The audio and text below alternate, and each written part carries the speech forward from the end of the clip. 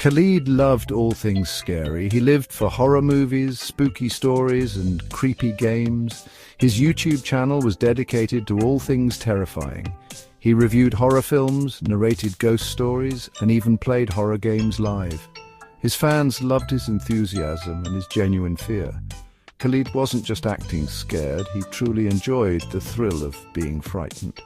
One day Khalid was browsing a forum dedicated to urban legends. The deeper he went, the creepier the stories became. He stumbled upon a thread titled "The Cursed Phone Number."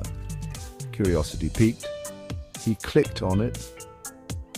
The original post was chilling. It warned of a phone number that, if dialed after midnight, would connect the caller to the underworld. Some users shared their experiences. They talked about hearing whispers, feeling cold breaths, and even seeing shadowy figures. Khalid was skeptical. He knew how easy it was to fabricate stories online. Still, a part of him, the part that thrived on fear, was intrigued. The forum post had captivated Khalid's imagination. The more he thought about it, the more he felt an unsettling mix of fear and excitement. He knew exactly what he had to do.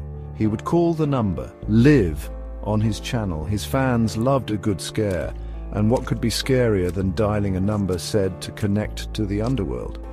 The next day, Khalid announced his plan on his channel. He showed his viewers the forum post, narrating the legend and the alleged experiences of others.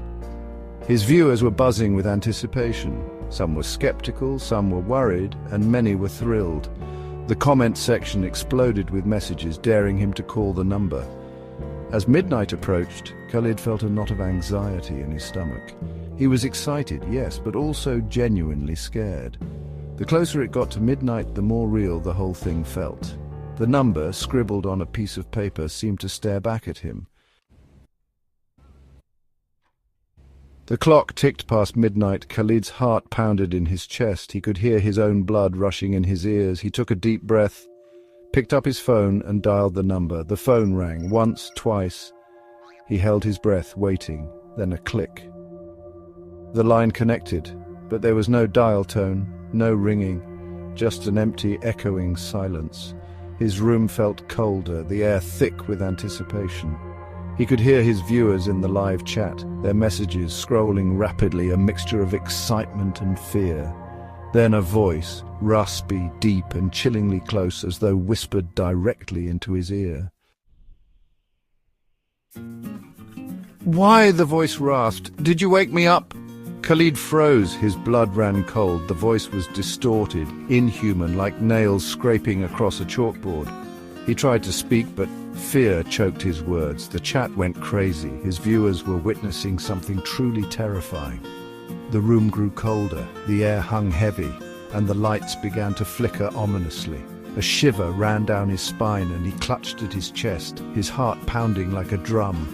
The voice spoke again, closer this time, sending chills down his spine. "Look behind you," it whispered. Khalid's breath hitched. He didn't want to turn around. He didn't want to see what awaited him. The live stream flickered once, then went dark. The next day, Khalid was gone, vanished. His apartment was empty. There was no sign of a struggle, no forced entry, no explanation. The only trace of him was his YouTube channel, which remained active. New videos began to upload, each one showing only static, accompanied by a distorted, raspy voice that whispered, "You shouldn't have called."